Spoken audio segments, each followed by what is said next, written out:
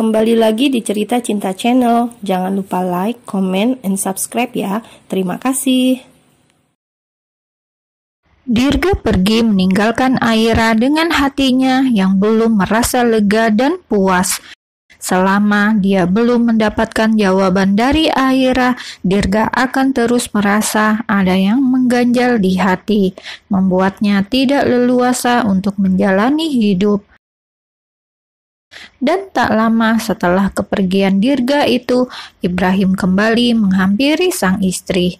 Melihat wajah Aira yang nampak pias dan takut membuat Ibrahim bertanya-tanya ada apa. "Sayang, kamu kenapa? Apa ada sesuatu yang terjadi?" tanya Ibrahim.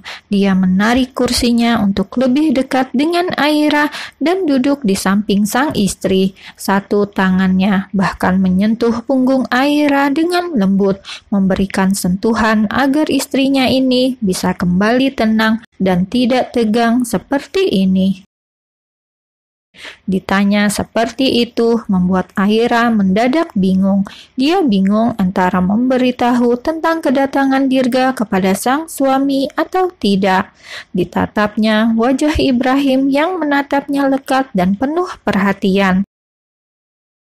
Untuk baby moon mereka kali ini, Ibrahim sudah melakukan banyak hal untuk membuatnya terus merasa bahagia dan Aira tidak ingin menghancurkan waktu kebersamaan mereka. Aira membuang nafasnya pelan, lalu menggelengkan kepalanya kecil. Ya, hal tidak penting tentang Dirga tidak akan Aira sampaikan kepada sang suami. Itulah keputusan yang Aira ambil. "Tidak ada apa-apa, Mas. Ayo kita makan," jawab Aira, seraya mengajak sang suami untuk kembali melanjutkan sarapan mereka. Namun Ibrahim tidak semudah itu percaya. Terlebih dari sorot mata Aira, dia melihat ada keraguan. Tapi Ibrahim tidak ingin berdebat di tempat umum seperti ini. Akhirnya dia hanya menuruti Aira dan nanti akan bertanya langsung pada sang istri saat mereka berada di kamar.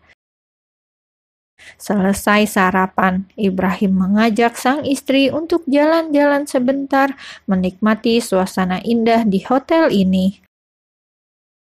Namun sebelumnya, Ibrahim kembali mendatangi meja resepsionis di restoran itu, bertanya kepada dua pelayan yang tadi sempat ia minta tolong untuk menjaga istrinya. Sedangkan Aira, Ibrahim minta untuk menunggu di kursi tak jauh dari meja resepsionis, masih mampu dilihat dengan jelas dari tempatnya berdiri saat ini. "Pak, apa ada orang yang mendatangi istri saya saat saya pergi tadi?" tanya Ibrahim pada kedua pelayan itu. "Ada, Tuan, seorang pria tadi mendatangi Nyonya Aira, tapi saya kira dia adalah teman Anda dan Nyonya. Jika dilihat dari wajahnya, dia seumuran dengan Anda," jelas salah satu pelayan itu. Dan mendengar itu, Ibrahim mengerutkan dahinya. Pasalnya, Aira tidak memiliki banyak teman di Jakarta, apalagi di Bali. Ibrahim pun belum mengenalkan Aira kepada semua teman-temannya. Tidak ingin berprasangka buruk kepada sang istri, Ibrahim pun memikirkan kira-kira siapa yang menemui istrinya tadi, hingga akhirnya terbayang wajah seorang pria yang mereka kenal berdua, Dirga. Ibrahim lantas menyebutkan ciri-ciri Dirga kepada kedua pelayan itu, dan kedua pelayan itu pun menjawab setuju bahwa iya, ciri-ciri orang itulah tadi yang mendatangi Nyonya Aira. Rahang Ibrahim mengeras, dia juga mengepalkan tangannya kuat. Sampai detik ini, setelah banyak waktu berlalu, ternyata Dirga masih saja mengusik dirinya dan Aira. Ibrahim sadar betul jika Dirga memendam rasa kepada sang istri. Andaikan rasa itu tidak ada, tidak mungkin Dirga sampai sejauh ini mengganggu mereka. Bahkan setelah kepergian Adisti, kamu tidak berubah sedikit pun, batin Ibrahim. Setelah mengucapkan terima kasih kepada kedua pelayan itu dan memberikan tips, Ibrahim pun lantas meninggalkan mereka, kembali menghampiri sang istri dengan senyum yang biasa. Dirga memang tidak layak untuk mereka bicarakan. Ibrahim pun memilih untuk berpura-pura tidak mengetahui ini semua. Namun nanti dia akan membuat perhitungan kepada Dirga. Hari berlalu dan baby moon Aira dan Ibrahim akhirnya usai. Hari-hari yang indah dan intim sudah mereka lewati bersama dan kini saatnya untuk kembali ke Jakarta, bertemu dengan sang anak juga kedua orang tua mereka. Ibrahim juga sudah merencanakan tentang dia yang akan menemui Dirga secara pribadi. Tepat jam 2 siang, Ibrahim dan Aira sudah mendarat di Bandara Internasional Soekarno-Hatta. Supir keluarga Surya pun sudah menjemput kedatangan mereka. Awalnya, Aira dan Ibrahim tidak membawa apa-apa saat pergi ke Bali. Namun saat pulang, sekarang mereka membawa satu koper yang berisi oleh-oleh. Bukan hanya untuk keluarga mereka sendiri akhirnya, dan Ibrahim juga memberikan hadiah untuk Pak Basir, Ibu Rahel, dan Akbar. Bagaimanapun hubungan mereka dengan Dirga tidak akan merusak hubungan yang sudah terjalin di antara mereka dengan Pak Basir dan Ibu Rahel. Terlebih Akbar yang sudah Aira anggap seperti anaknya sendiri. Baru saja akan masuk ke dalam mobil, langkah Ibrahim dan Aira terhenti saat mendengar seorang pria memanggil nama Aira. Aira, panggil Dirga, yang entah sudah sejak kapan berdiri di sana, tak jauh dari tempat mobil mereka terparkir. Dan melihat Dirga di sana, seketika kemarahan Ibrahim kembali membuncah.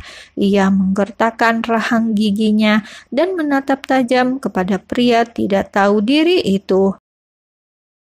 Ibrahim bahkan langsung meminta Aira untuk masuk ke dalam mobil, sementara dia langsung menghadapi Dirga secara langsung, dan Aira menurut. Dalam hatinya, dia terus berdoa agar tidak terjadi keributan.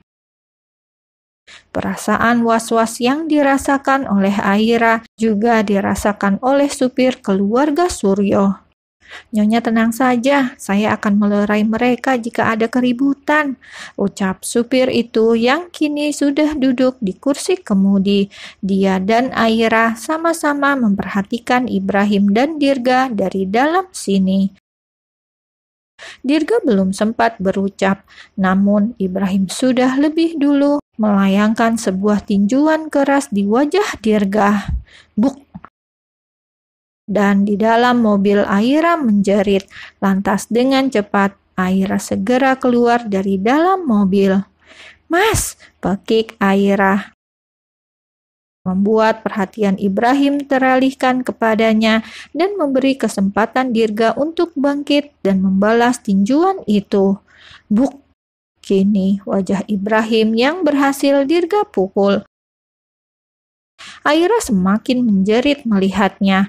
Pak supir pun ikut turun untuk melerai perkelahian itu. Namun dia maju mundur, takut dan ragu untuk mendekat karena kini Ibrahim dan Dirga mulai berkelahi dengan sengit. Mas, pekik Aira lagi.